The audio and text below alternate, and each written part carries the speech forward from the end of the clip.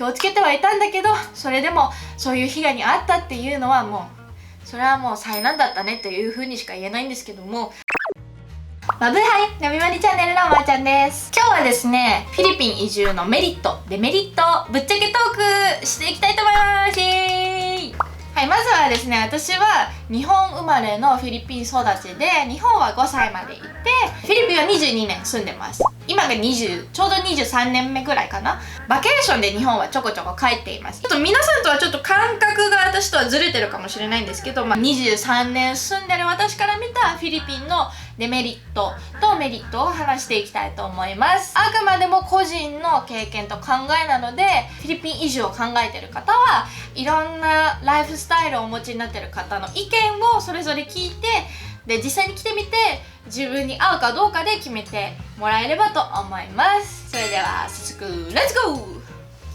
まずはですね、フィリピンって危ないのっていう質問に対して答えていきたいと思います。日本に比べちゃうと、日本はどの国に比べてもだいぶ安全な国なので、だってお財布を電車でなくしたら戻ってくるわけじゃないですか。それって奇跡。日本に比べたら危ないんですけど、時間帯と場所によってちゃんと気をつけていれば大丈夫だよ。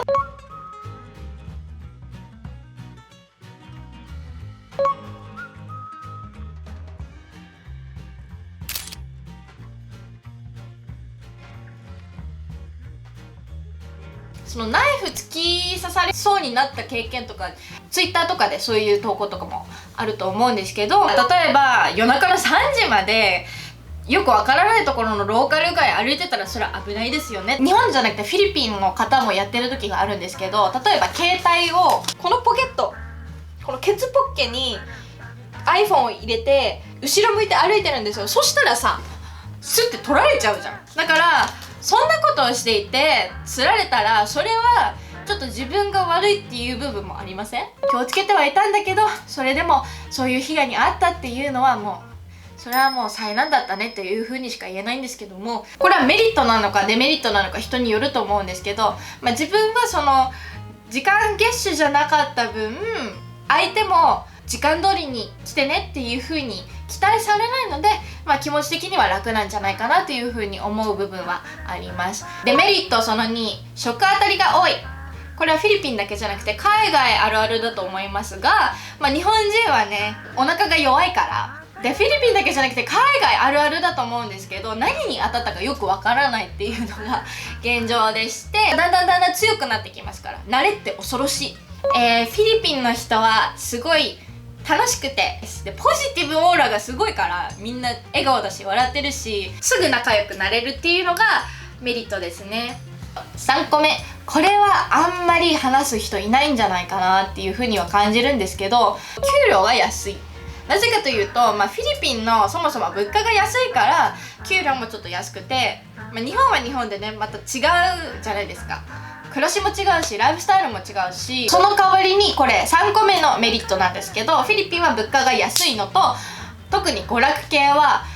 安いです。日本に比べたら。私が通っているマッサージ屋さんはね、1時間で800ペソぐらいなんですけど、めっちゃマッサージあそこいいんだよね。どこか教えません。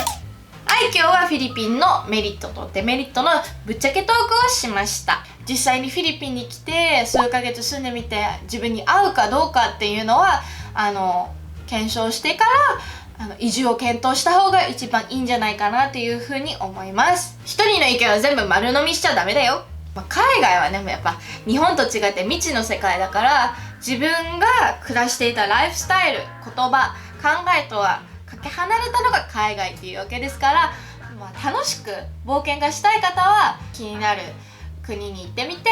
自分で実際経験して決めていった方が一番じゃないかなと思います。はい、今日もご視聴ありがとうございました。それではまた次の動画まで。ギターキッズ、バイバイ。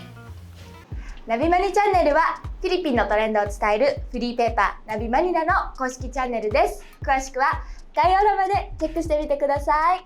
この動画が良かったと思ったらいいねとチャンネル登録よろしくお願いします。では次の動画まで。ギターキッズ、バイバイ。